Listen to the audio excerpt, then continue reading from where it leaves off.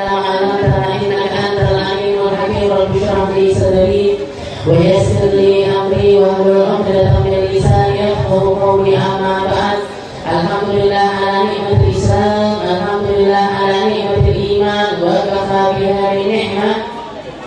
Alhamdulillah segala puji bagi Allah Subhanahu wa taala di malam ini, malam yang cukup cerah ini, tidak ada mendung, tidak ada hujan, kita dikumpulkan oleh Allah Subhanahu wa taala duduk bersama-sama untuk mengkaji perkara-perkara yang datangnya dari Nabi kita Nabi Muhammad sallallahu alaihi wasallam.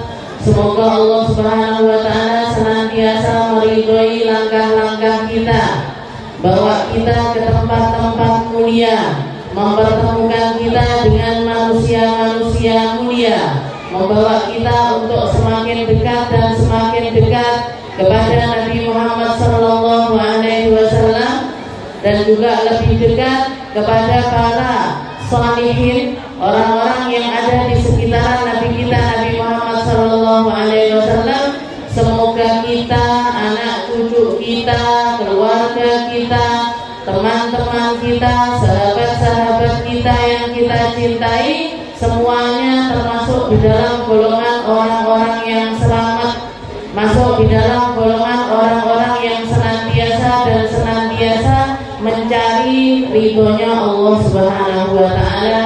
Amin Allahumma amin. Di kesempatan kali ini di di malam hari ini, bukan siang biasanya ngajinya awal kala itu Jadi di malam hari ini alhamdulillah kita akan kembali membaca kitab secara runtut. Akan kembali membaca kitab secara runtut karena dulu saya diperintahkan untuk ngaji di sini di tempatnya Ibu Mawari ini atas perintah dari Umi Khairus, atau istilahnya niku badali Umi Khairus. Mohon maaf saya mboten kersa di foto, mboten kersa di video. Jangan ada yang foto, jangan ada yang video. Kalau sudah terlanjur foto, terlanjur video, mohon dihapus saja. Mohon dihapus saja. Saya lebih senang saya ada di dalam hati jenengan ketimbang di hatinya jenengan. Saya lebih senang jenengan selalu mendoakan saya ketimbang naruh foto saya di dalam HP-nya jenengan. Jadi pada kesempatan kali ini, awalnya ngaji ini saya cuma nuruti apa yang diperintahkan oleh Umi Khairus. Saya cuma sam'an wa ta'atan, imtithalul amal, mengikuti perintah yang beliau perintahkan untuk badali beliau ngaji di sini. Saya nanya, Umi baca kitab apa? Umi pakai runtutan kitabnya apa? Oh, ngajinya ngaji fikih, Kak. Ngaji fikih muslimah saja, fikih seputar perempuan. Oh ya sudah, Umi yang bagian fikih ibadahnya saya tak fokus di bagian haid, nifas dan juga istihadahnya. Siap seperti itu. Tapi ternyata tidak disangka-sangka datang yang namanya pandemi. Berapa tahun nih kita pandemi tidak ngaji? Seiling nombotan haidnya, nifasnya, bilangannya. Ibu masih ingat Jadi kedatangan nopo istilahnya banyak hal yang terjadi yang tidak terduga-duga, semuanya atas kehendak dari Allah Subhanahu wa taala. Maka beberapa hari ini atau ketika saya mulai ditanyai sama Bu Fatona, Kak, tanggal 1 waktunya ngaji di tempatnya Pak Matori, di tempatnya Bu Matori. Saya mulai mikir lagi, yang siapa ya ini enaknya. Wong pertemuannya sebulan sekali, pertemuannya sebulan sekali. Saya nerangkan, kalau saya nerangkan fikih misalkan hari ini jenengan paham, seminggu kemudian apa ya kemarin kok gitu. Tapi saya ngaji loh di depan situ ada yang bagian nanya, ini apa ibu tadi dapatkan dari ngajinya Kak Mina? Separuh ingat kan, separuhnya lagi tidak ingat. Seperti itulah keadaannya. Dan saya sangat memaklumi hal tersebut. Jenengan adalah ibu-ibu yang sudah direpotkan dengan anak-anak kecil, direpotkan sama cucu-cucunya, direpotkan dengan mikir rego brambang dan bawang serta cabai dan lain sebagainya.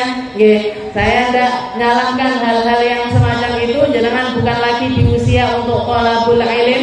Para ulama kita mengatakan sesungguhnya ketika seseorang masuk di usia 23 tahun, orang masuk di usia 23 tahun itu, kemampuan menghafalnya menurun, tapi kemampuan memahaminya semakin tinggi. Orang-orang menganggap usia, ketika ditanya para ulama kita mengatakan, kenapa sih kok Nabi Muhammad SAW itu diperintahkan oleh Allah Subhanahu Wa Taala untuk menikahi seorang perempuan yang usianya amat sangat muda, yaitu Sayyidah Aisyah radhiyallahu taala anha. Nabi Muhammad menikahi beliau di usia 7 tahun, serumah dengan beliau di usia 9 tahun, dan ditinggal wafat oleh Nabi Muhammad SAW dan usianya belum mencapai 20 tahun. Belum nyampe 20 tahun, Bu. Bayangkan, jadi beliau nikah umur 77 tahun, setelah itu ditinggal wafat oleh Nabi Muhammad SAW dan usianya masih di bawah 20 tahun. Para ulama kita mengatakan sebenarnya Allah Subhanahu Wa Taala ingin mengambil al-umrul zahabi atau umur keemasannya Sayyidah Aisyah, yaitu usia 7 tahun sampai 20-an tahun. Itu adalah masa-masa keemasannya seseorang, di mana ketika kita menghafal di masa tersebut, menghafal di usia tersebut, hafalan gampang hafal dan tidak gampang hilang. Ketika kita menghafal di usia itu antara 7 sampai 20 tahun, itu kalau kita menghafalkan sesuatu, hafalannya tidak gampang hilang, hafalannya tidak gampang hilang, dan ngafalinnya itu juga luar biasa cepat. Makanya kalau dieling-eling, kalau jenengan nginget-nginget surat-surat ataupun ayat-ayat Al-Quran yang sampai sekarang ini mancep di dalam pikiran kita, mancep di dalam hati kita, itu kita menghafalkannya di usia berapa kira-kira?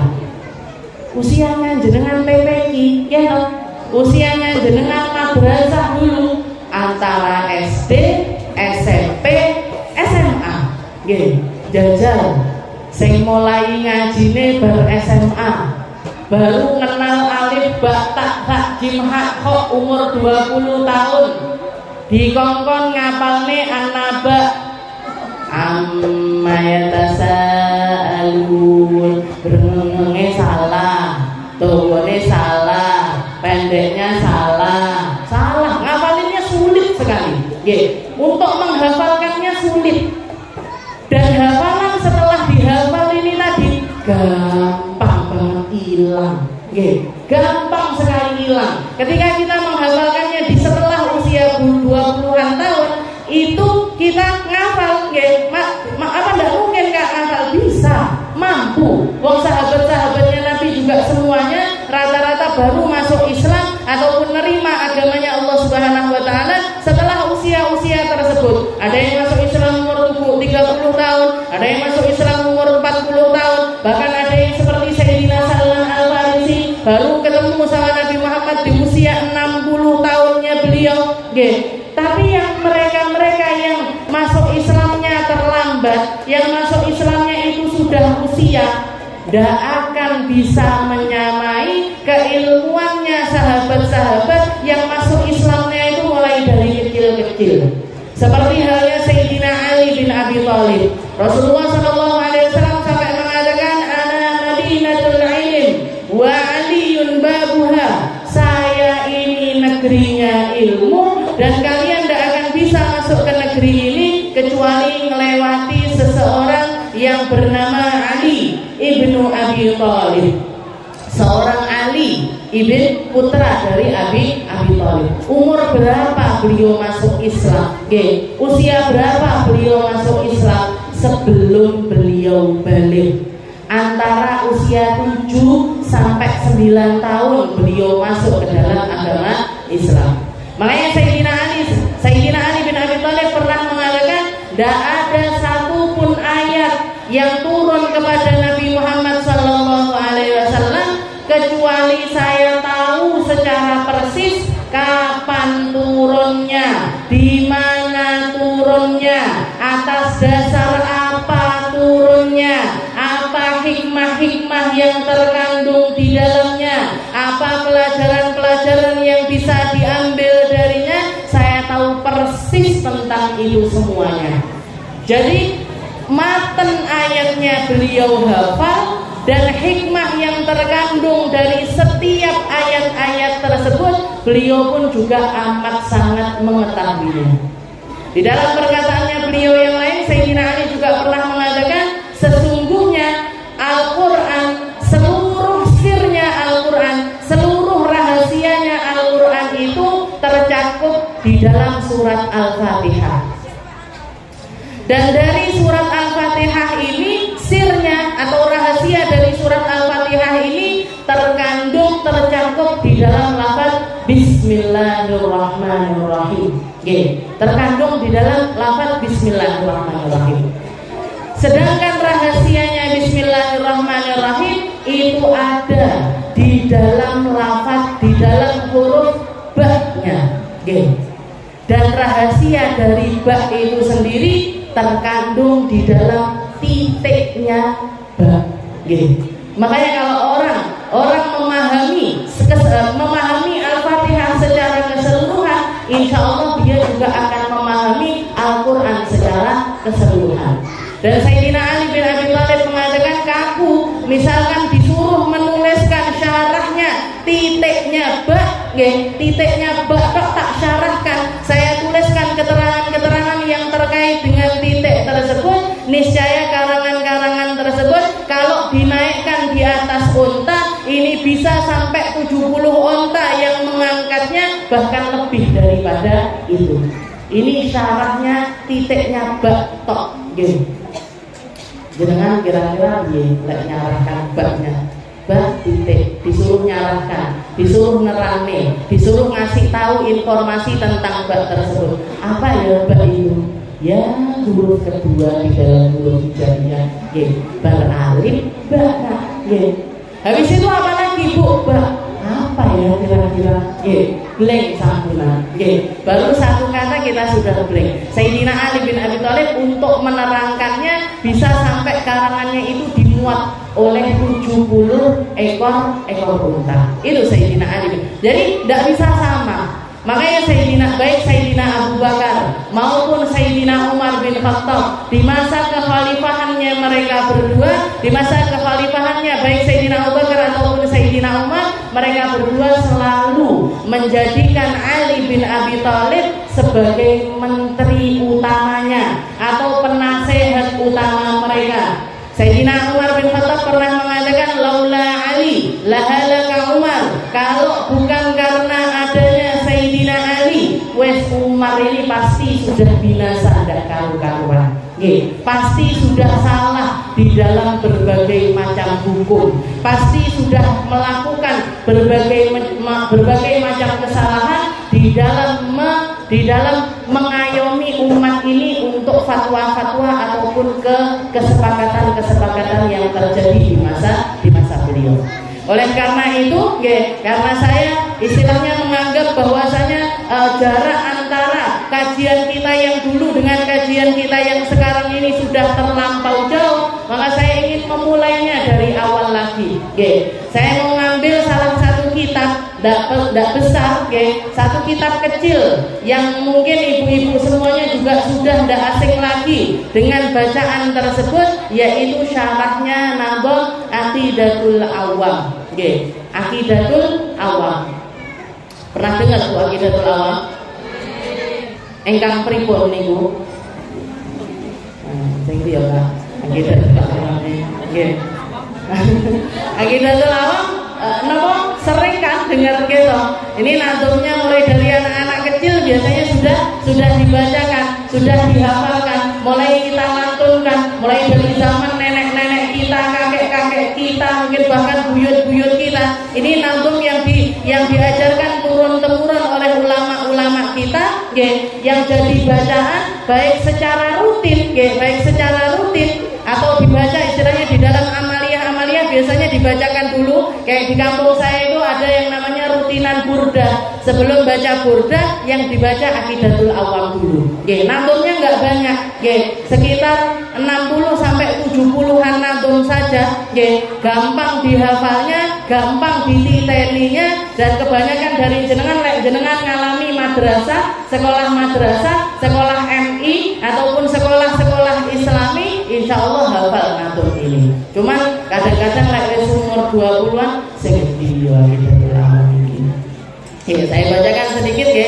Bacaannya itu abda'u bismillahirrahmanirrahim wa birrahimi da'imil ihsani walhamdulillahil qadimil awwali. Kok tipi? Terus pripun? Lupa, nggih. Lupa Bu.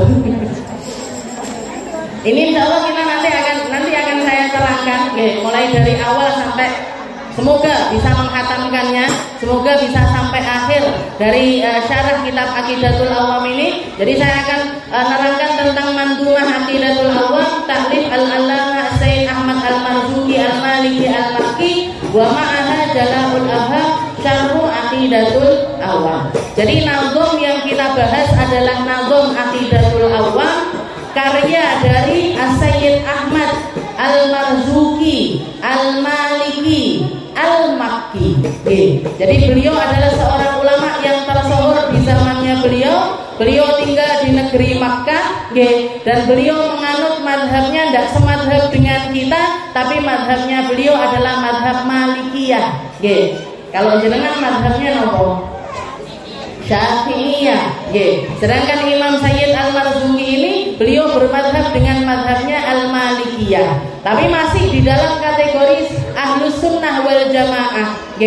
Kalau kita ditanya Bu, kalau kita ditanya di dalam keilmuan kita atau di dalam amaliyahnya kita yang diturunkan oleh orang tua kita terdahulu, yang diambil dari para ulama-ulama yang punya kompetensi di dalam hal-hal keilmuan mereka, istilahnya ilmunya itu ilmu yang bersanad, ilmunya itu ilmu yang nyambung rantainya kepada Nabi Muhammad SAW. Para ulama kita mengatakan al-isnadu minad-din. Sanad itu termasuk dalam bagiannya agama. Sanad, jangan kalau ditanya saya belajar ini lewat siapa? Saya mau ngaji satu pengajian, atau saya mau ngambil keilmuan dari satu ilmu, atau saya mau sekolah di satu sekolahan, mau pondokkan anak saya di satu pondok. Poin paling penting yang harus kita perhatikan adalah tentang sanad keilmuan tempat belajar kita tersebut. Tempat belajar saya, guru saya mengajarkan saya, orang yang nyampaikan ilmu ke saya, ini kira-kira sanadnya nyampe kepada Nabi Muhammad apa tidak? Kenapa kok seperti itu? Karena sanad ini termasuk dari bagiannya agama. Para ulama mengatakan al-isnadu minad-din, laulal isnad laqala man syaa ma syaa. Kalau bukan karena sanad, orang akan bicara apapun yang mereka inginkan. Mereka akan bicara sakarepe dhewe. Baca ayatnya Allah Ta'ala, dipikir-pikir sendiri, diterjemahkan sendiri, dipahami sendiri, dipahami sendiri. Tidak pakai guru. Saya tidak butuh guru. Guru saya Al-Quran, guru saya Al-Hadis, guru saya adalah buku-buku yang saya pelajari di perpustakaan. Ini orang-orang semacam ini yang menganggap otaknya itu mampu untuk nyampe kepada Nabi Muhammad secara langsung, yang menganggap dirinya itu terlalu hebat sehingga mampu menerjemahkan Al-Quran secara langsung. Padahal jarak antara dirinya dengan Nabi Muhammad ini terpaut 1400 tahun. Terpaut 1400 tahun. Orang-orang semacam ini yang akan jadi mangsa utamanya setan. Orang-orang semacam ini yang akan menjadi bala tentaranya iblis. Orang-orang semacam ini yang akan nyeret ribuan orang, dianya sesat dan akan menyesatkan orang banyak. banyak. Dianya sendiri sudah sesat sehingga akan menyesatkan berbagai macam kalangan. Kalau dia masuk di kampung, orang kampung disesatkan. Kalau dia masuk ke kampus, anak kampus yang disesatkan. Kalau dia masuk di dalam satu komunitas itu yang akan disesatkan. Kenapa? Karena pikirannya, cara berpikirnya sudah senada dengan cara berpikirnya iblis. Iblis dimurkai oleh Allah Subhanahu wa taala karena dia mengaku atau protes sama Allah taala dengan mengatakan ana khairun minhu khalaqtani min narin wa khalaqtahu min tin. Ya Allah, saya ini jauh lebih mulia ketimbang Nabi Allah Adam karena aku engkau ciptakan dari api sedangkan Adam engkau ciptakan dari tanah. Orang-orang semacam ini senada dengan iblis. Saya yang tidak butuh guru, saya yang tidak butuh sekolah, saya yang tidak butuh ulama, saya yang tidak butuh pengajar, saya yang tidak butuh pembimbing, saya yang tidak butuh apapun di muka bumi ini. Saya judulnya pokoknya aku, ilmuku, pemahamanku, pengertianku, ketinggian nasabku, ketinggian kedudukanku, hartaku, kecantikanku, dan lain sebagainya. Semua hal yang merujuk kepada aku, maka dia adalah para bala tentaranya iblis. Makanya hati-hati Bu, kalau mondokin anak, nyekolahkan anak, ini sekolahannya siapa? Kiainya siapa? Bunyainya siapa? Sekolahnya di mana? Runtutannya piye? Gurunya dia siapa? Gurunya siapa? Gurunya siapa? Terus kalau nyambung sampai kepada Nabi Muhammad SAW, silahkan berguru kepada mereka. Tapi kalau terputus rantai sanadnya, rantai keilmuannya, maka jangan sekali-kali untuk ngambil ilmu dari orang-orang yang semacam itu. Sekedar untuk referensi tidak apa-apa, sekedar untuk tahu-tahu tidak apa-apa. Oh, golongan ini ngomongnya begitu, golongan ini ngomongnya begitu, tapi kita tetap kekeh, kita tetap yakin di atas pendirian kita, Islam yang diwariskan oleh keluarga kita, oleh orang tua-tua kita terdahulu, yang nyampe sanadnya kepada Wali Songo. Wali Songo berguru kepada guru-guru mereka yang ada di tanah Arab sana sampai kepada Nabi Muhammad SAW.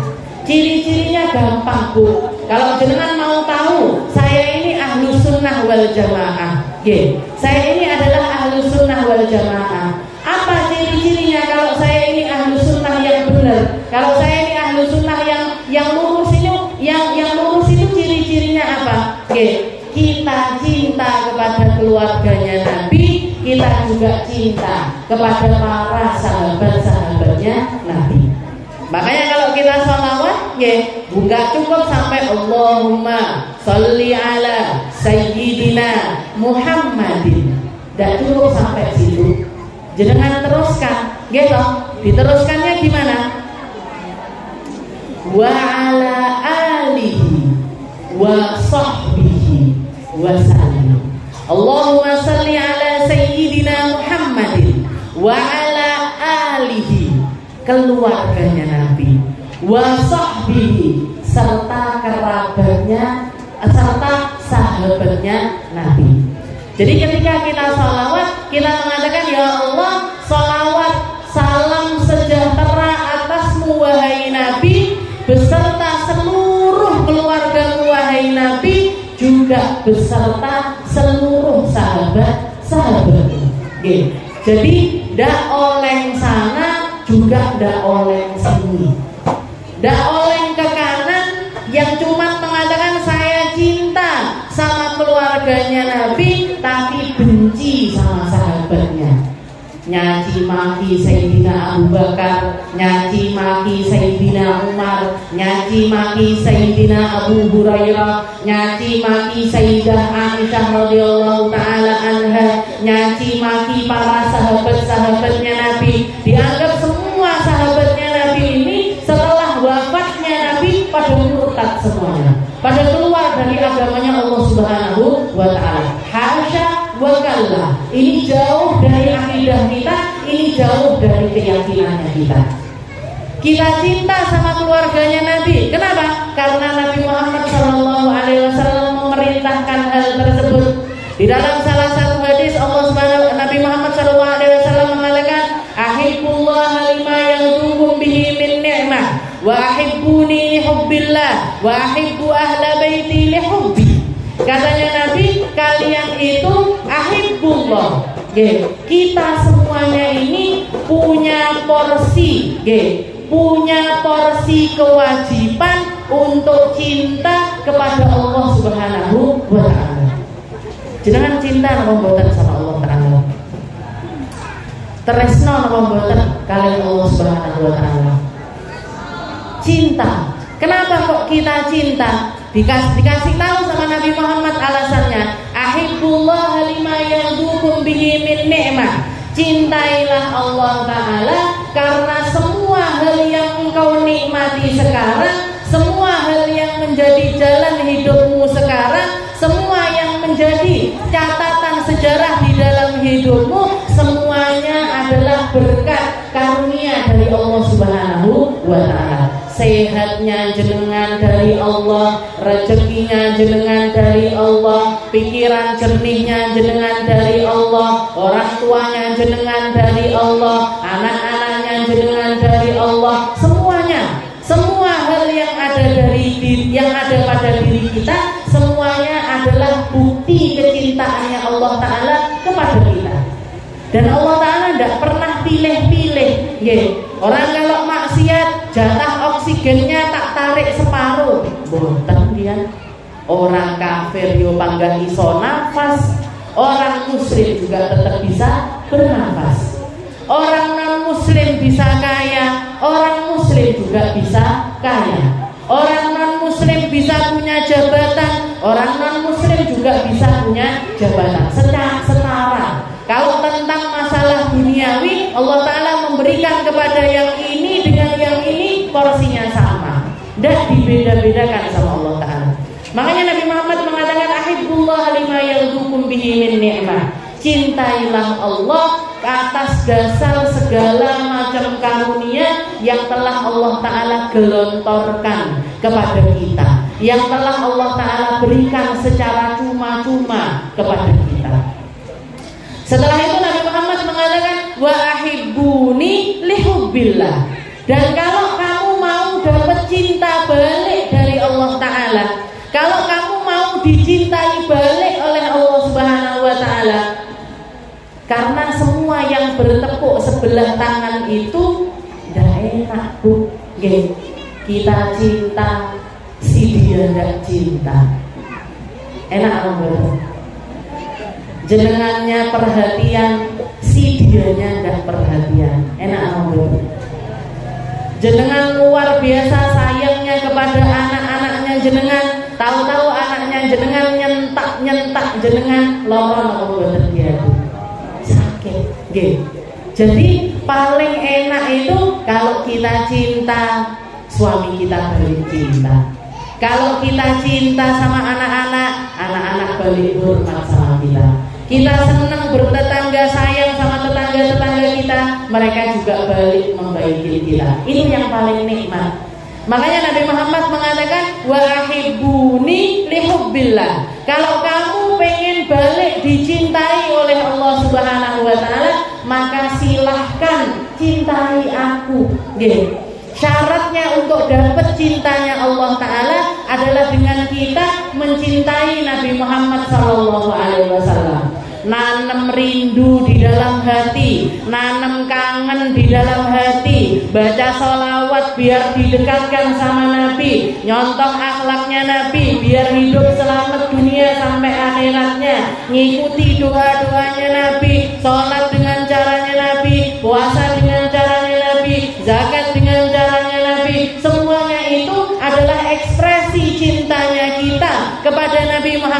Sallallahu Alaihi Wasallam dengan tujuan nyari cintanya Allah. Wa ahibbuni lihubbillah. Nabi Muhammad mengatakan cintai aku sehingga Allah Ta'ala juga ikut mencintai kalian. Setelah itu masih ditambahi lagi sama Nabi Muhammad SAW, wa ahibbu ahla baiti lihubbi. Lalu cintailah anak cucuku agar kalian dapat kecintaan dari aku. Kalau kita mau nyari jalan pintas untuk dapat perhatiannya Nabi Muhammad SAW, silahkan perhatikan anak cucunya Nabi yang masih ditebarkan, yang masih disisakan, yang masih dikasih jalan oleh Allah di alam semesta ini. Kenapa kok seperti itu? Karena ketika anak cucunya Nabi masih bisa kita saksikan, maka selama itu juga insya Allah kiamatnya bakalan masih jauh. Karena anak cucunya Nabi dengan Al-Quran itu selalu sejalan. Kalau Al-Quran masih ada, insya Allah anak cucunya Nabi juga masih ada. Kalau Al-Qurannya sudah hilang, anak cucunya Nabi juga bakalan dihilangkan oleh Allah Subhanahu wa Ta'ala. Jadi Nabi Muhammad mengatakan wa ahibbu ahla baiti lihubbi. Cari kecintaan lewat jalur anak cucuku yang aku sisakan, karena dunia ini tidak akan hilang, dunia ini tidak akan digulung oleh Allah Ta'ala kecuali setelah anak cucunya Nabi dihabiskan. Setelah mereka semuanya tidak ada, baru akan terjadi yang namanya kiamat. Dan itu dijanjikan oleh Nabi Muhammad SAW. Bukan cuma di dalam hadis, tapi bahkan di dalam Al-Quran pun disebutkan.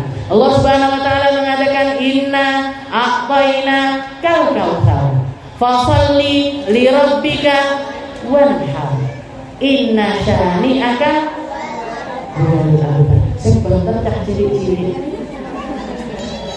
Cilik-cilik yang banter, top pinter-pinter, inna a'tayna kal kautsar fasalli li rabbika wanhar inna syani'aka huwal abtar. Jadi di dalam ayat tersebut Allah Subhanahu wa Ta'ala mengatakan, ya Muhammad, bukan kamu yang terputus nasabnya, tapi orang-orang yang ngolok-ngolok kamu, wahai Muhammad. Jadi ayat ini turun ketika anak putra, salah satu dari putranya Nabi Muhammad dapat anak laki-laki pertama namanya Qasim, anak laki-laki yang kedua namanya Abdullah, anak laki-laki yang ketiga namanya Ibrahim. Jadi 3 putranya Nabi, tapi semuanya wafat di usia kecil-kecil. Ada yang umur 2 tahun meninggal, ada yang umur 3 tahun meninggal, masih kecil meninggal semuanya. Dikatakan ketika anak putranya Nabi yang terakhir ini meninggal, ada seorang laki-laki kafir, ada orang kafir yang mengatakan kepada Nabi Muhammad, wes entek anak turunnya Nabi, tidak ada lagi, nasabnya Muhammad ini sudah terputus karena putranya meninggal semuanya. Jadi seperti itu, ayat ini turun ketika Nabi Muhammad diolok-olok bahwasanya anak cucunya, nasabnya beliau itu terputus karena putranya semuanya meninggal dunia. Dijawab sama Allah Ta'ala lewat ayat ini, inna syani'aka huwal abtar. Bukan kamu yang terputus nasabnya wahai Muhammad, tapi orang tersebut yang terputus nasabnya. Ini membuktikan kalau apa? Kalau anak cucunya Nabi akan selalu ada di setiap zaman, akan selalu disisakan oleh Allah Ta'ala sampai akhir dunia ini. Makanya kita perhatikan, kalau kita ketemu sama anak cucunya Nabi, yang biasa kita kenal dengan golongan para habaib, habib-habib, ataupun juga syarifah-syarifah, mereka ini adalah bukti dari mukjizatnya Nabi Muhammad SAW. Mereka ini adalah bukti dari kebenaran firman-Nya Allah Subhanahu wa Ta'ala. Mereka ini adalah perahu-perahu yang diciptakan oleh Nabi Muhammad SAW untuk nampung manusia menuju berlayar menuju kepada keselamatan kepada Allah Subhanahu wa Ta'ala. Kita ngikut sama mereka, kita datang kepada mereka, kita baikin mereka, itu sama saja dengan menyenangkan hatinya Nabi Muhammad SAW. Kita tidak bisa ngirim hadiah kepada Nabi, tapi kita masih bisa ngirim hadiah kepada anak cucunya Nabi. Kita tidak bisa menyapa Nabi Muhammad secara langsung, tapi kita masih bisa menyapa anak cucunya Nabi secara langsung. Kita tidak bisa ngobrol sama Nabi Muhammad secara langsung, tapi kita masih bisa mendatangi anak cucunya Nabi untuk silaturahmi kepada mereka, minta doa kepada mereka, cerita-cerita sama mereka, curhat kepada mereka, nanya-nanya kepada mereka. Ini adalah warisannya Nabi, bukan cuma lewat tulisan, bukan cuma lewat suara, tapi lewat darah-darahnya Nabi yang masih ngalir di dalam darah-darah mereka, anak cucunya Nabi. Makanya kita selalu, bahkan di dalam sholat pun tidak pernah lepas asyhadu an la ilaha illallah wa asyhadu anna muhammadan abduhu wa rasuluh. Allahumma shalli ala sayyidina Muhammad wa ala ali sayyidina Muhammad. Nabi salam sama Nabi dibarengi dengan salam kepada keluarganya Nabi Muhammad SAW. Jadi kalau kita mau tahu saya ini ahlus sunnah wal jamaah apa enggak, saya ini ahlus sunnah wal jamaah yang benar apa enggak, kita lihat akidahnya kita. Akidahnya kita tidak miring ke kanan, juga tidak miring ke kiri. Kita cinta kepada keluarganya Nabi, juga cinta kepada para sahabatnya Nabi Muhammad SAW. Karena ada golongan yang cuma percaya sama sahabat, tapi tidak percaya kalau keluarganya Nabi Muhammad itu masih ada. Ada yang cinta sama keluarganya Nabi, tapi mencaci maki para sahabat-sahabatnya Nabi Muhammad SAW. Kita yang mana kak? Kita yang tengah. Kita cinta sama keluarganya Nabi, juga kita cinta kepada para sahabatnya Nabi Muhammad SAW. Di mana Nabi Muhammad SAW juga mengatakan Allah fi ashabi, Allah fi ashabi. Katanya Nabi, hati-hati sama sahabatku, hati-hati sama orang-orang yang ada di sekitarku, hati-hati sama mereka-mereka yang duduk ngambil ilmu dariku. Hati-hati, adab kalian harus dijaga terhadap mereka semuanya.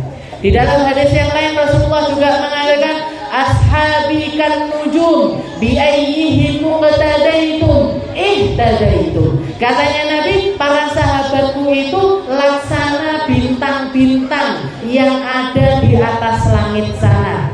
Dengan siapapun kalian mengikuti, kalian akan mendapatkan jalan hidayah dari Allah Subhanahu wa Ta'ala. Jadi kalau kita lihat antara keluarganya Nabi dengan sahabatnya Nabi, itu satu kesatuan yang tidak akan mungkin bisa dipisahkan. Tidak mungkin bisa dipisahkan. Ini diibarat, ini Nabi Muhammad SAW juga seakan-akan mengisyaratkan kepada kita. Kalau kita melihat, kalau jangan pernah nanya-nanya sama para nelayan-nelayan yang biasanya itu nelayan ataupun nyari ikan sampai ke tengah lautan, dimana kalau sudah datang malam hari, tidak ada tempat, tidak tahu mana arah barat, timur, utara, selatan, tidak tahu mana arah daratan, mana arah yang terus akan bawa ke lautan yang semakin lepas. Mereka tidak akan bisa tahu arah. Di zaman sebelum ditemukannya kompas dan lain sebagainya, cara mereka untuk nyari arah adalah dengan melihat ke arah bintang-bintang yang kita kenal dengan rasi bintang. Oh, rasi bintang yang ini, oh, rasi bintang yang ini, berarti utaranya sana, selatannya sana, baratnya sana, timurnya sana. Akhirnya mereka bisa balik lagi ke daratan. Perahunya adalah keluarganya Nabi, bintang-bintangnya adalah para sahabatnya Nabi Muhammad SAW.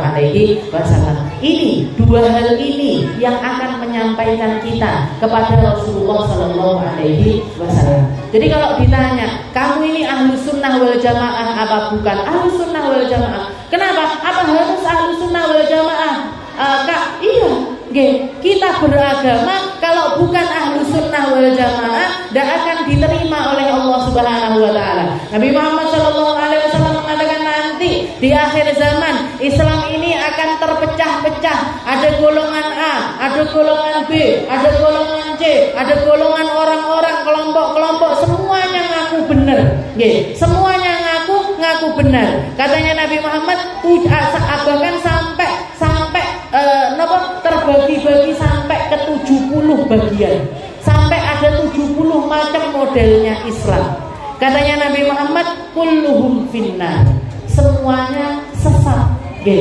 Illa wahid, kecuali satu. Siapa itu yang satu wahai Nabi? Mereka-mereka yang ada di jalan ahlus sunnah wal jamaah. Mereka-mereka yang ada di dalam koridor ahlus sunnah wal jamaah. Makanya kita perlu berbangga. Saya ini ahlus sunnah wal jamaah. Saya ini orang-orang yang manhajnya sunnah dan juga pakai metode jamaah. Jamaah yang paling banyak terjadi. Dan kalau kita ada di Indonesia lebih gampang lagi nih tekninya. Mana yang ahlus sunnah wal jamaah? Mereka-mereka yang golongannya itu paling lawas. Ada dua kelompok di Indonesia yang paling lawas, yang tidak bisa dikatakan, yang tidak mungkin sesatnya. Kenapa? Karena mereka berpegang sama. Jadi mereka ada sebelum terjadinya perpecahan apapun. Mereka ada sebelum ada kelompok-kelompok pendatang manapun. Yaitu apa? Bisa kita katakan mereka-mereka yang mengikuti jalannya Nahdlatul Ulama atau NU, dan satu lagi yang pakai caranya dikatakan dengan nama Muhammadiyah. Muhammadiyah sama NU gampang. Dua-duanya ini selaras, meskipun kadang-kadang berselisih di dalam perkara-perkara yang kecil, tapi tidak pernah ada perselisihan besar di antara mereka. Sing arepe karek kunut silahkan, tidak mau pakai kunut juga tidak apa-apa. NU dengan keilmuan ala salafnya, sholawatan, yasinan, tahlilan, zikiran bersama-sama, sholat berjamaah bersama-sama dan lain sebagainya. Muhammadiyah dengan keilmuannya, sing bangun fakultas-fakultas bergengsi, Muhammadiyah, yang bangun rumah sakit berbasis Islami, Muhammadiyah. Jadi selaras. Ini yang merakyat, ini yang ke level-level tertentu, tapi dua-duanya tidak pernah selisih, dua-duanya ada di dalam manhaj ahlus sunnah wal jamaah. Ahlus sunnah wal jamaah hormat sama keluarganya Nabi, juga hormat kepada para sahabatnya Nabi Muhammad Sallallahu Alaihi Wasallam. Yang akan kita bahas, bacaan insya Allah yang akan kita baca adalah Mandumah Aqidatul Awam. Aqidatul Awam yang dari dulu jenengan baca, yang dari dulu jenengan senandungkan, yang dari dulu kita hafalkan bersama-sama, ditambah dengan wa ma'aha. Nah, sedangkan syarahnya saya ngambil dari Jala'ul Afham, syarah Aqidatul Awam. Jadi nama kitabnya adalah Jala'ul Afham. Cahaya yang akan menerangi kefahamannya kita.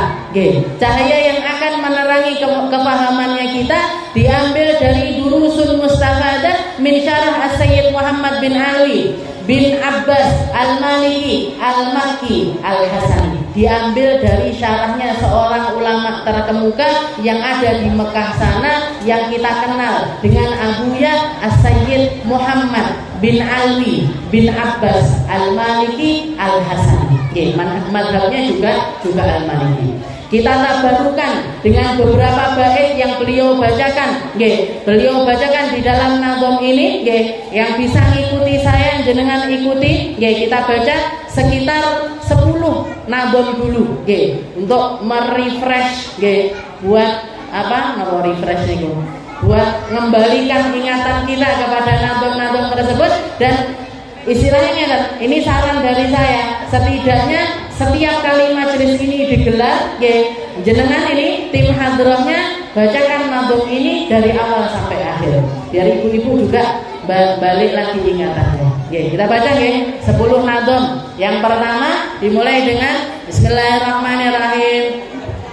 Abda'u bismillahi warrahmani wa birrahimi daimil ihsani falhamdulillahil qadimil awwali al-akhiril baqi bila tahawuli thumma salatu wassalamu sarmada ala nabi khairi man qad wahada wa alihi wa sahbihi wa man tabi' sabila dinil haqqi ghaira mubtadi' wa ba'du fa'lam bi wujubil ma'rifah min wajibil lillahi 'ishrina sifat wallahu mawjudun qadimun baqi mukhalifun lil khalqi bil itlaqi wa qaimun ghani wa wahidun wahid qadir muridun alimun bi kulli syai' sami'un al-basiru wal mutakallimu lahu sifatun sab'atun taqdimu fa qudratun iradatun sam'un basar hayat